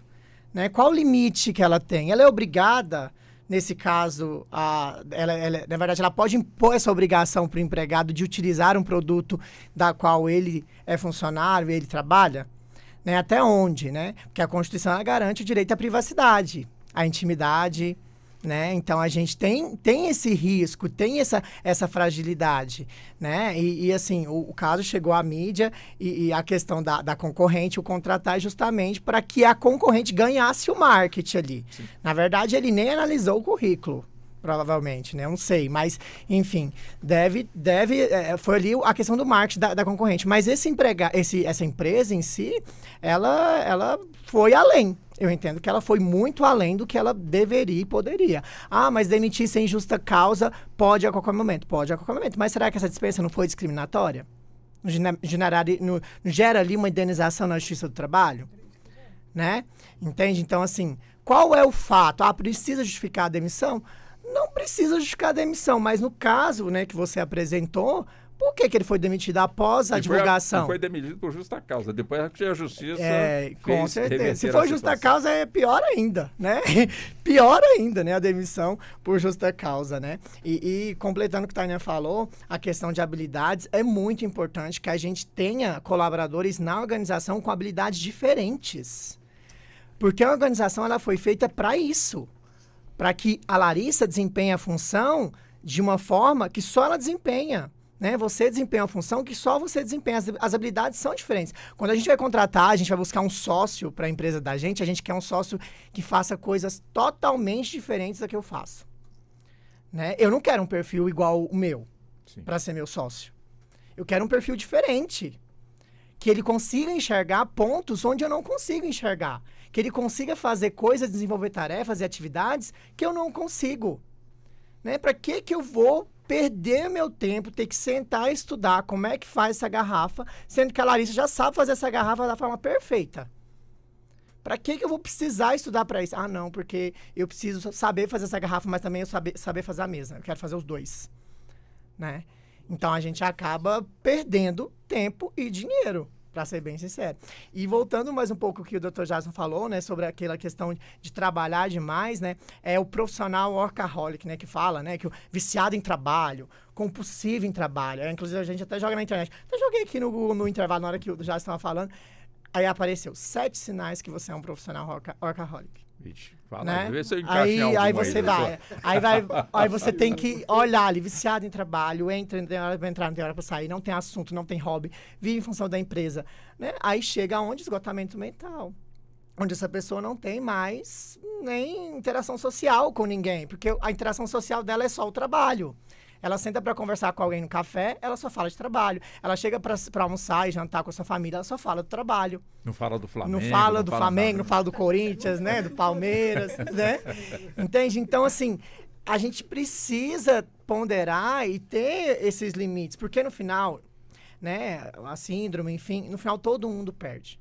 O empregado perde, porque a sua saúde mental, bom, como dizer, vai pro buraco, né? O empregador perde porque ele tem uma rotatividade tão grande de funcionários na empresa dele que ele só demite contrato. Ninguém tem a cultura da empresa. Ele não tem lucro porque ele só vive em treinamento. Toda a equipe que ele contrata, ele só vive treinando. Ele treina ela 2 meses, depois mais da metade já pediu demissão ou foi demitida porque não tem uma cultura, ninguém quer estar naquele ambiente. Aí ela tem que contratar de novo, aí tem um custo. E aí, no final, o Estado também perde, porque os custos, gente, do Estado, da saúde, né? Teoricamente falando, o SUS teria que cobrir todos esses custos. Então, no final, todo mundo perde. Em resumo, é isso. Todo mundo perde. Empregado perde, empresário perde e o Estado perde. Doutora Larissa, diante de tudo que a gente já debateu, como é que a senhora insere a mulher nessa discussão? Quer dizer, para ela a carga é maior, é menor? Como é que a senhora vê esse ponto? Walter, acho que é já de comum conhecimento, né, que a mulher ela teve que assumir vários papéis para a gente conseguir ser inserida no mercado de trabalho. Existe uma mentalidade que a gente está tentando quebrar paradigmas que salvo engano, eu não vou lembrar, eu sou péssima de lembrar nomes e datas, assim, mas, enfim, antes da pandemia, houve um estudo que a mulher, até os 30 anos, ela estudava mais, ela se profissionalizava mais e recebia os menores salários. Então, já começa por aí, a grande diferença, né, da mulher. Existia uma cultura na nossa sociedade que a mulher, ela fazia o trabalho doméstico e o homem que era o provedor. E a gente teve que mudar essa mentalidade, só que a gente não deixou de ser dona de casa. Então, a gente teve que ser multitarefas sem ser multimulher. Então, continuamos sendo uma única mulher, tendo que dar conta. Eu tenho uma filhinha só de 4 patas, e que fica com a avó. Então, mas eu conheço vários relatos de amigos e pessoas próximas e até clientes que têm filho, marido, que às vezes o marido é um segundo filho, tem que dar conta de casa e tem que trabalhar, e ela ainda faz aquilo de uma forma, ela se esforça muito. A gente fala muito da mulher guerreira hoje em dia, né? Ela assume vários papéis, trabalha, estuda, é dona de casa, é mulher, é mãe, e ainda recebe menos por isso. E para mim é uma conta matemática óbvia. Se ela faz esse desgaste todo, o resultado para mim é um adoecimento mental. Então, dentro da minha concepção, não sei os dados, isso vou passar para o Jason aí, de certa forma, mas assim, por esse olhar, eu acredito que a mulher ela tem um viés para adoecer muito mais, é como se fosse fragilizado, porque ela assume muito mais a carga, tanto da família, de casa, do trabalho, de estudo, porque para a gente conseguir chegar no mercado ali e competir com um cargo, principalmente os cargos de gerência. Se a gente olhar os cargos de alta gestão, até a gente pensar nas políticas, enfim, quase a maioria não são mulheres. Inclusive, a OAB, aqui no Distrito Federal, a gente tem esse diferencial da paridade. Então, se você verificar, obrigatoriamente, ou o presidente ou o vice tem que ser ou um homem e uma mulher. Então, e a gente está expandindo isso para outras seccionais no nosso Brasil, mas a gente implantou isso e tem funcionado muito bem. Né? Você vê que tem o Délio e a Lenda, né? E eles trabalham em conjunto, assim, e está funcionando super bem essa gestão. Só que as empresas, de modo geral, e a nossa cultura, hoje as mulheres elas não ocupam os cargos, ou quando ocupa, não de igual número, né? Ao homem. Então, eu gostaria também, assim, da sua análise, Jason, mas eu acredito que a mulher tem, sim, maior probabilidade de adoecer mentalmente, porque ela tem uma sobrecarga muito maior e uma sobrecarga psicológica, porque o emocional dela, ela tem que amparar ali o filho, ela tem que amparar ali o marido também, e quem ampara essa mulher? Então, acho que é um grande questionamento, né, assim, que a gente faz, porque com certeza precisa de terapia, de ajuda psicológica, porque é muito difícil. Ninguém dá conta de tudo, né? Humanamente impossível. Doutor Geisel foi citado várias vezes. Foi citado. Acho bom o senhor responder direitinho. Olha, doutora Larissa, na época em que o doutor Freud desenvolvia as suas percepções acerca do impacto de adoecimentos mentais nos diferentes gêneros, ele se ocupou muito mais com o que acontecia com as mulheres, com o caso ou com os múltiplos casos de histeria. A mulher da época freudiana, ela realmente se encaixa nessa verdade de que ela apresentava maior vulnerabilidade psíquica diante do tamponamento social, repressor que lhe era imposto. Passaram-se os anos, Freud completou 100 anos recentemente. Essa mulher desenvolveu uma habilidade de coping, que é a capacidade do enfrentamento com maior resiliência. O homem adoecido mentalmente, ele é mais violento. Por exemplo, se ele vai cometer o suicídio, ele vai conseguir, porque ele pensa com um raciocínio mais vulnerabilizado. Não é o caso das mulheres.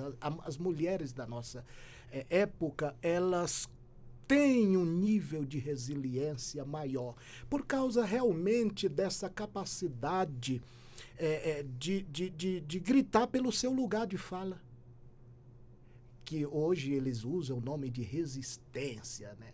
Eu não gosto muito de associar a força da mulher como a perda da feminilidade. A mulher forte, ela não precisa perder a feminilidade, ela não precisa medir força com o homem, ela só precisa estar ali com essa capacidade, com essa carga de resiliência. Hoje, de novo a GEAP, que é uma das empresas, 76 anos de existência, com mais de 400 mil associados. eu atendia aquele público e eu percebia que a força da mulher, a resiliência, essa capacidade de cope, de enfrentamento do estresse era maior. O cara que chegava hoje dizendo que eu não estou bem, no dia seguinte, na semana seguinte, quando se chamava, ele já estava de atestado, enquanto a mulher estava lá dizendo, olha, eu consegui ver uma luz, eu consegui me reconectar. É verdade que o ambiente para a mulher continua muito nebuloso, mas essa mulherada, elas têm conseguido eu as chamo de super seres, ou melhor, de hiperseres. Elas com certeza apresentam um nível de vulnerabilidade lá, mas elas saem com ela tem capacidade de se conectar com o resto de saúde que tem com mais facilidade, entendeu?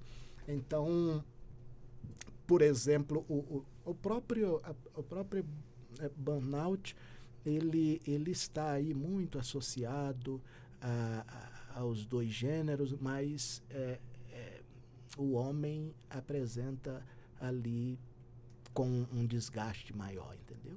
É por aí. A conversa está tão boa, né? O assunto está tão bom que a gente já está de olho ali no relógio, já medindo o tempo e já vamos então caminhar para as considerações finais. Já começa inclusive com o senhor, doutor Kainan. Vamos colocar aqui 2 minutos e 18 segundos, né? Possamos então caminhar aí para as considerações finais, doutor Kainan. Perfeito. Bom, falamos aqui de diversos pontos, mas o núcleo central é a importância de se ter o cuidado com o ser humano, com o indivíduo, além da produtividade, além do resultado, se preocupar de como esse resultado está sendo atingido para que ele seja sustentável. Hoje em dia a gente tem muito uma cultura de entregar o serviço para quem consegue resolver. Tá pegando fogo, quem é que resolve esse incêndio? Então eu demando quem resolve. Mas às vezes você está sobrecarregando aquela peça-chave da sua equipe que pode dar um defeito um dia. E aí como é que fica? Isso acontece na iniciativa privada e isso acontece demais também no setor público. Existe essa diferença das relações, mas é importante o olhar humanizado para todas as áreas. E todos os colegas contribuíram muito bem nesse aspecto, mas o recado final que fica é esse, o cuidado e a atenção ao ser humano. As nuances, a sensibilidade de perceber o que pode estar errado, o que pode ser melhorado, como lidar com as relações interpessoais da melhor forma, e estando atento à saúde e sustentabilidade das equipes e das relações interpessoais. Doutor Max? Com o senhor agora. Os 2 minutos e 18 segundos, viu, doutor Max? Acredito que é esse caminho mesmo, né, que o doutor Kainan falou. É nesse sentido, é buscar o equilíbrio das relações mesmo, entre empregado e empregador, ter ali um acesso, canal de denúncias pela empresa que não foi falado aqui anteriormente. Então, ter essa abertura é muito importante para que uma organização ela tenha bons resultados, né? E, assim, resultados para todos, né? Seja para o empregado que vai utilizar ali como fonte de renda de trabalho, mas também manutenção da sobrevivência, também vai conseguir galgar novos ares, conseguir melhorar a sua vida, né? Através de bens materiais, enfim. E o empresário também visando o lucro, com certeza também, porque a gente não vai romantizar também, que só tem que ter floridade, mas ele visa o lucro dele também. E buscar sempre esse equilíbrio, porque quando se busca o equilíbrio, tem um ambiente de trabalho saudável, todo mundo ganha. A realidade é essa. No final, todos ganham, seja o empregado, seja a empresa, o Estado ganha, né? Então, ter esse equilíbrio, buscar sempre o acesso e um ambiente de trabalho cada vez mais saudável. Doutora Larissa, antes dos 2 minutos e 18 segundos para a senhora, o que a senhora pontua para nós agora que não foi possível falar, ou seja, ficou faltando para ser falado e já fica a sugestão para um segundo debate, um segundo tempo para esse nosso debate. A senhora, por favor, fique à vontade para pontuar o que ficou sem falar e que seria interessante que buscássemos numa próxima oportunidade entrar nos assuntos. Walter, primeiramente, eu acho que você está com a síndrome da mãe de Ná. Eu? Aquele que tudo vê e tudo sabe. A gente teve uma sinergia aqui agora, Opa, que neste bom. momento, porque era justamente isso que eu estava pensando. Olha só. Eu gostaria só de fortalecer com relação à síndrome de burnout, é que ela é uma doença ocupacional.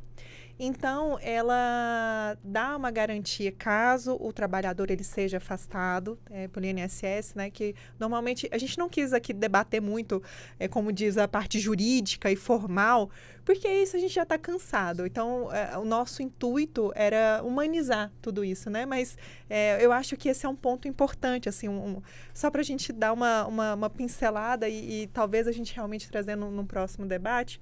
Mas, enfim, ela é uma doença ocupacional. No caso do empregado, que ele seja afastado por mais de 15 dias, né? E quando ele retorna com a estabilidade de 12 meses. Então, porque ele é vinculado a uma doença do trabalho mesmo, vinculado a como se fosse ao excesso do serviço, né?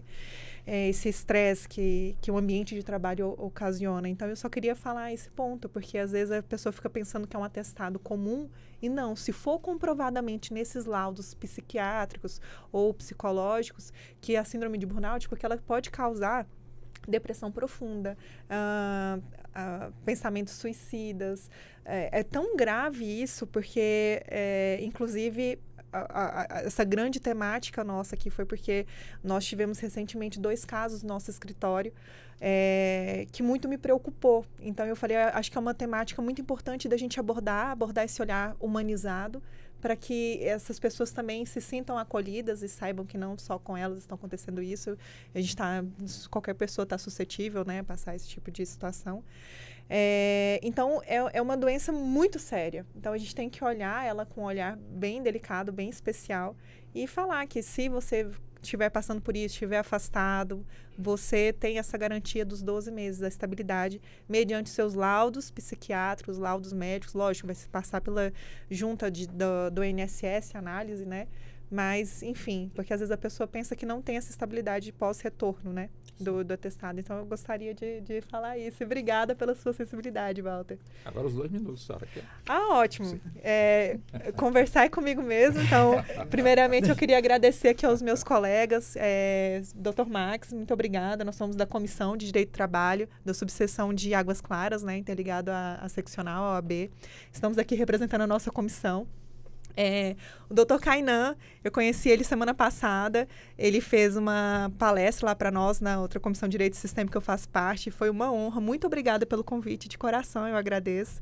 Dr. Jason, obrigada mesmo, conheci ele através da minha terapeuta, eu faço também terapia, gosto muito, um abraço à doutora Simone, a doutora Rosalina, que nos indicou, e muito obrigada, foi muito enriquecedor as suas palavras.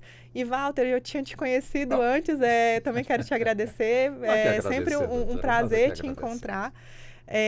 Enfim, fechar essa conversa, acho que foi um tema que me sensibilizou e que eu queria, sim, discutir e trazer para outras pessoas esse olhar humanizado. É uma doença muito séria e às vezes a gente fica sem saber direito nem o que fazer quando você está lidando, de fato, com alguém que está nessa situação. Então, acho que o grande X da questão é busque ajuda se você estiver nessa situação, busque ajuda psiquiátrica, psicológica, escutativa, converse, fale o máximo que você puder, porque às vezes você conseguir externar tudo isso vai minimizar, né? E esse olhar, eu atendo empresas também, e eu sempre procuro esse olhar humanizado, você olhar para o seu funcionário como um todo, como pertencente àquilo, e você tentar buscar mecanismos, seja ele de feedback, seja ele de denúncia, para que o funcionário fale, e de maneira que seja anônima, que ele sinta a garantia que aquilo ali, ele não vai sofrer nenhuma retaliação depois, né? Mas, enfim, para mim foi um grande prazer tudo isso. Quero agradecer a todos vocês, agradecer a minha família também que está me ouvindo. Vou aproveitar aquele momento Xuxa, gente. Que eu não poder. Essa sou eu sem ser a doutora Larissa, essa sou eu humana. Um abraço também para o Luiz Henrique, para a Karine, para todos os meus amigos. E é isso aí. Muito obrigada por tudo, pela essa palavra, essa oportunidade. Que bom. Doutor Geis, agora é com o senhor. Olha, eu tenho me conectado bastante com o divino e me disponibilizado a estar nesses lugares de fala respeitáveis, como a Rádio Justiça. Eu acredito, sem nenhuma vaidade, porque a vaidade, não, com muita vaidade, mas consciente do estrago que ela pode fazer se eu não a controlar, não cerceá-la. Então, desprovido de qualquer interesse, eu tenho me conectado com o divino, o eterno, e dito, eu quero ter um lugar de fala nesse país. Eu quero ter um lugar de fala nessa cidade.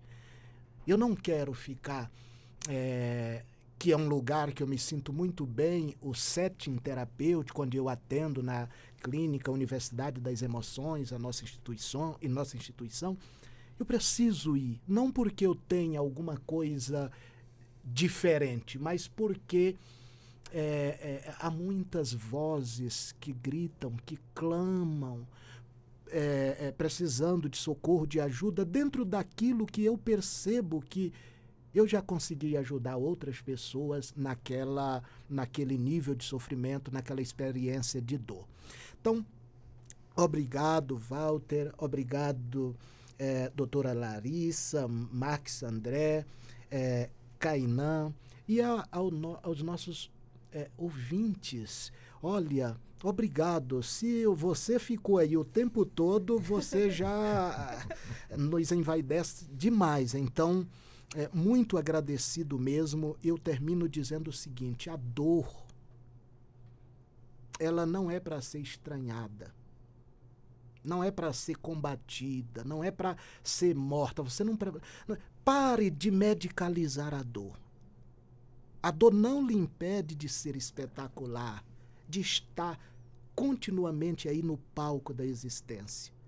A dor só lhe convida para fazer um monitoramento desse jeito de existir que você está adotando. Esse hiperser que você se tornou. Está tão ativo que se tornou tão hiper que ficou hipertenso, hiperativo. Isso é só um jeito de ser. Se você mudar essa configuração, o seu corpo vai agradecer. Então, ainda hoje, tenta vestir o pijama que o doutor Kainan colocou aqui e tenta resgatar aquele olhar oceânico profundo para a vida, aquele olhar demorado. Fique ali até que você escute a voz do que o seu corpo te diz. Esse é o caminho, não adianta. Seu cérebro é inteligente. Se você continuar nessa hiperativação, ele desliga você pelo momento. Não está te matando, só está cumprindo o papel dele. Fazer com que você não morra, prolongando a sua existência. É isso, obrigado. Obrigado ao senhor, doutor Geison, pela atenção aqui conosco. Doutor Kainan, também muito obrigado pela gentileza de nos atender. Uma boa tarde para o senhor. Boa tarde. Doutor Max André, também da mesma forma, boa tarde para o senhor. Muito obrigado pela atenção. Eu que agradeço o convite, boa tarde. Doutora Larissa Muniz, também muito obrigado pela gentileza, boa tarde para a senhora. Claro, o convite já está posto, a gente voltar para uma segunda etapa desse debate. Muito obrigada, Walter. Mais uma vez, obrigada a todos e nós voltaremos com certeza. Que ótimo. E assim chegamos ao fim, ao encerramento da edição de hoje do Justiça na Tarde, debate programa que teve a minha ancoragem. Sou Walter Lima, a produção foi de Ana Cláudia Possati, trabalhos técnicos do Neto Silva e a coordenação de jornalismo de Marcela Luiza. Muito obrigado, boa tarde e até o nosso próximo encontro. A Rádio Justiça apresentou Justiça na Tarde. Secretaria de Comunicação Social, Supremo Tribunal Federal.